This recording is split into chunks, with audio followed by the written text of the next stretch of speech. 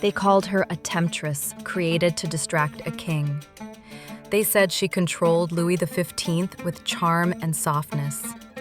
They accused her of using beauty to bend a kingdom.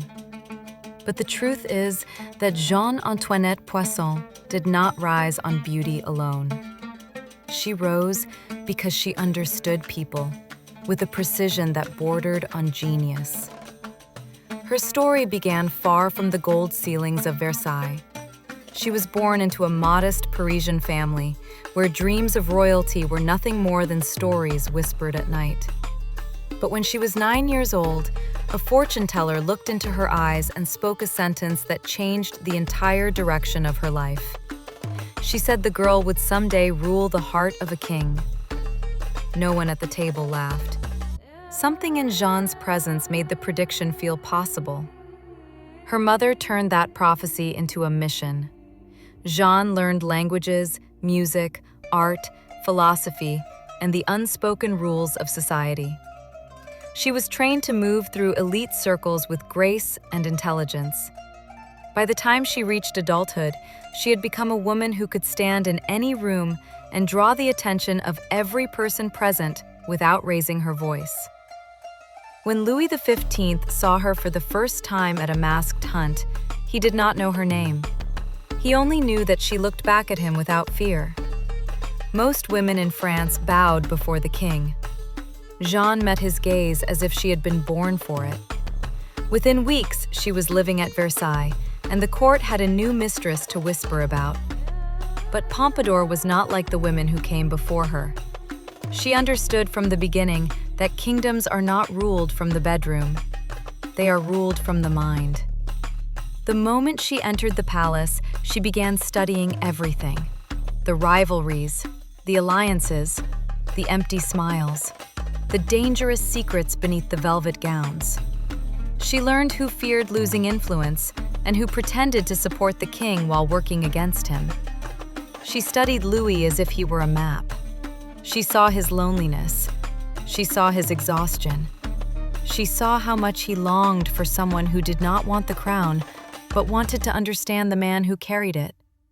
She became his refuge, his balance, and eventually, the quiet force behind many of his decisions. As time passed, their romance shifted into something deeper than desire. She no longer needed perfume or jewels to secure her place. She had become essential to the king's stability. She read political reports before he did. She softened conflicts that could have exploded into war. She advised him with logic and empathy. She structured his days when he felt overwhelmed. Court officials despised this. They wondered how a woman without noble blood could command the king's respect.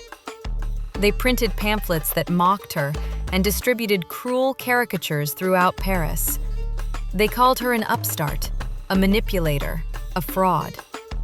They did not understand that she possessed something more powerful than heritage. She possessed emotional intelligence in a palace ruled by pride.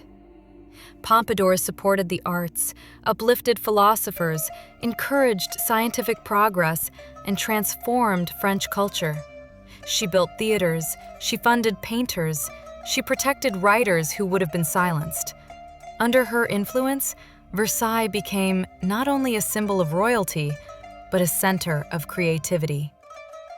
But power is heavy, and Pompadour carried it while hiding a growing illness. Her health declined year by year, yet she refused to step back. She believed that if she left the king's side, he would fall into despair or into the hands of men who cared more about profit than France. She kept her pain private so he would not blame himself. In her final years, she moved through the palace with quiet dignity. The same nobles who mocked her stayed silent when she entered the room. They knew her influence was unshakable. They knew that even without romance, she held the king's trust more securely than any minister. When she died, Louis lost not a mistress, but the one person who understood him completely. As her coffin was carried out of Versailles, the rain soaked through the king's clothes. A servant whispered that, The weather was unfortunate. Louis answered with a grief so human it surprised everyone who heard him. He said, "She would not have wanted the sun to shine today." Madame de Pompadour was never queen, but she shaped France more than many queens who came before her. She taught the world that influence does not always come from power given. Sometimes it comes from the kind of woman who can guide a king with intelligence, compassion, and a voice that never needed to be loud in order to be heard.